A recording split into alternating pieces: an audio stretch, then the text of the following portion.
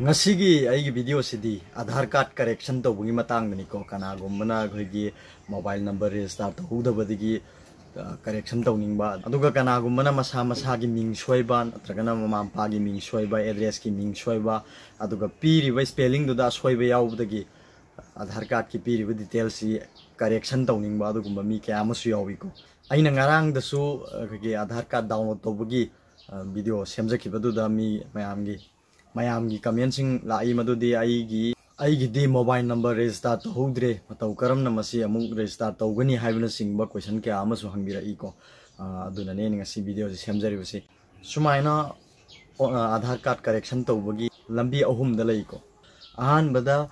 Aadhaar card ki official website ki form ma download to bigani aduga form do mention biraga Aadhaar ki head office ki address ta thabi gada bani madu aduda magi form du da mention gadari form do kitang soibada yaroi ko simadi ai haijauge aduga maduda akhoi self attested oiraba aigi photo proof sangani ko adagi aigi document ID proof sangani ko adu masi yamna wai sin ba thabak ni masi isa na di tawjai haibu wai yam silli hariba form men da soyanga mamtang yawbada ekta yadaba approve oyo yadaba matam su yamna kuina sang bathabak ni ko aduna masi tawdabane hena phai haiduna ai haijage aduga matau karamna tawgadage haibudi ai sum panjaramge aduga ani subda leiriba mawong sina isana online da dum update tawjabani ko masi gi damakta di register tawba mobile number ama darkar lai masi yawdraga di yaroi ko aduga ahum subdana Aadhaar kendra aide Aadhaar center amda chatlaga makhoi gi agent du da aigi update to khanba sina khwaidagi samle sina khwaidagi soidraba niyom ni ko yamna matam su jang da ba duga sina paisa oina pa chama tingbe ai sani tingbe ai sigaktani aduga yamna laiba haibudu masigi mawong sin oire aduna ai hujik hari mawong sing do ucharage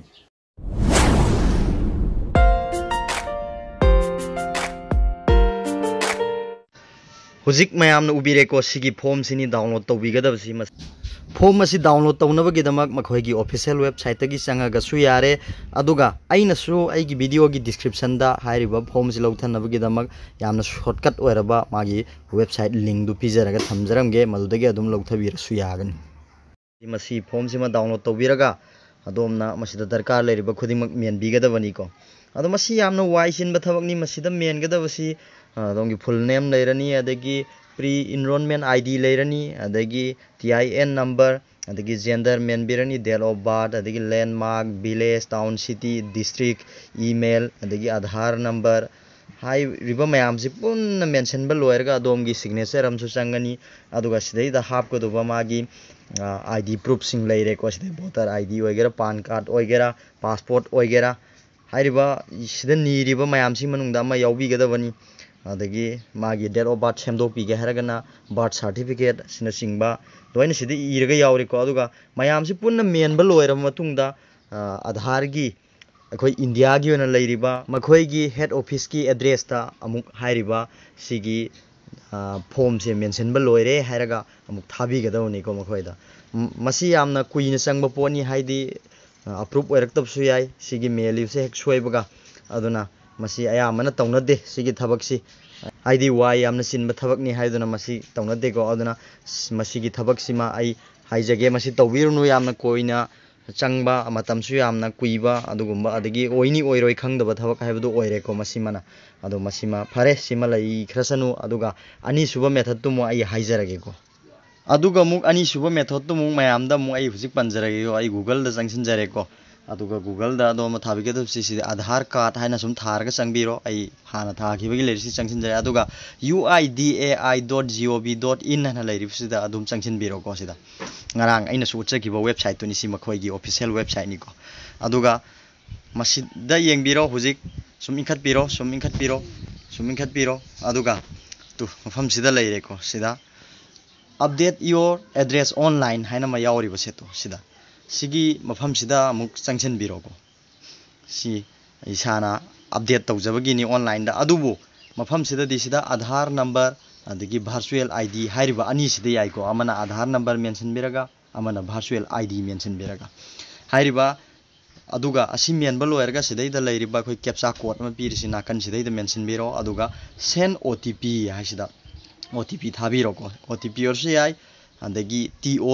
TOTP haibsi asina tongan ba mani sina application ni khuthang da idi mobile number da tharaka da mataba mobile number amna register tawraga thamba application ama lei ko adugi application du da masi tharaka da sigi TOTP haibasina aduga sigi send OTP haraga mafam sidadi luriba mana aisi mobile number register tawba leitragadi OTP du la aroya sine luriba ma OTP lakkada ba mobile number register leiba mi singdadi yani hariba masamangna semdok ningba makai loina semdok chaba yani mafam sidadi adubu kanagumba mobile number register leitaba mi du dadi kadai dagi OTP laurani ona OTP du tharaktrabanina hariba mafam sida mana semdok chabadu adugi ayabadu phangaroya karigumba mobile number register torga leiba mi singdi sigi tu sigi jaga sida magi 6 digit natragana 8 digit ki magi tharaiba kano do akogi OTP do sida mention biraga adudagi di mana loina update to yarani mana semdok chaningo mafam kari kai da soiriba kholiba loina semjaba yarani ko adu mobile number register tawdaba mi singdudi yararoi aduna sigi method simasu sini ko sini aduga aroibagi method to so mo haijarage aduga sigi hairiba ani suba method sidadi mobile number register tawba machangi mobile number register tawdaba mi singnadi hairiba kano si yararoi aduga mobile number register tawraga leiba mi singnadi hairiba sigi ani suba method si semba yagani ai wafam si ma thamjari ko fare hauji mu ahum suba method tu mo ai haijarage ko masigi ani suba method simadi ai mobile number register tawdradi yarro haisi makhange ko aduna back tawbiro sida back taw thokbiro ko aduga ahum suba method china update aadhar at enrollment natragana khogi update center haina masida pirib se ubire ko update aadhar at enrollment andage update center haina pirib jaga se asida sanction biro haidi update center oina leiba adagi enrollment ID na tawgada jaga aduni ko sina adu sida hojik yeng biro hairiba method sidadi khogi aadhar center amada chatpigada baneba kana karigumba office amda chatlaga makhogi agenda tawhanba haibdu masini ko si wadi soifam leitre adu ahan bada check tawbigadabsi aigi update tawnanaba update center se hariba aadhar center se aina leiriba mafam sidagi kyam lapma leibano haibasi state ki khuthanga thige yai postal ki khuthanga thige yai search box ki khuthanga thige yai ko state ki khuthanga thige yargana ai state sida namjare ko aduga hojik yenglasi matungda sigi page si thola ani abatu si page sida adom na sigi adongi state khanbiro si state si manipur ana si sumana khanbiro adu si district khanbiro district se thawal district ni aduga sub district ai sida thawal sub division ji khanbiro aduga city town village ai leiri sida sanction biro adum thawal sub division ai si khanbiro aduga sigi so only permanent center habsi tiktok yasu yai tawro yasu yai ko aduga sigi makha da piriba captcha code si mention biraga locate a center habsi da sanction biyo adu matamdu da adongi manak nakbada leiba aadhar center du uhal ani mana si leire si leye adu da chatlaga adongi aadhar si update to yagni ko aduga sinata ba mana tu postal pin code ana piriba se sida uriba postal pin code se asida sanction laga adongi pin code to dum mention biba sidaida adongi pin code to si jaga sida dum mention biba code to mention biro aduga sida leiriba captcha code simga mention bi matamda adongi aadhar center id update logna na aadhar center do dum uhala ani ko ado sumaina tawraga adomna uriba aadhar center du da chatpiraga adongi aadhar do update lobi ba yagani haiba mafam sine ina thamjaribsi aduna ai hojik back handok chare back pura tawthok chare ko sigi hairiba niyom ahum sida adomna adongi aadhar bu update loba yagani haiba mafam se aina mayam mafam thamjari ko aduga isana mobile da yumda leina adum update loba di yaroi haiba wafam mai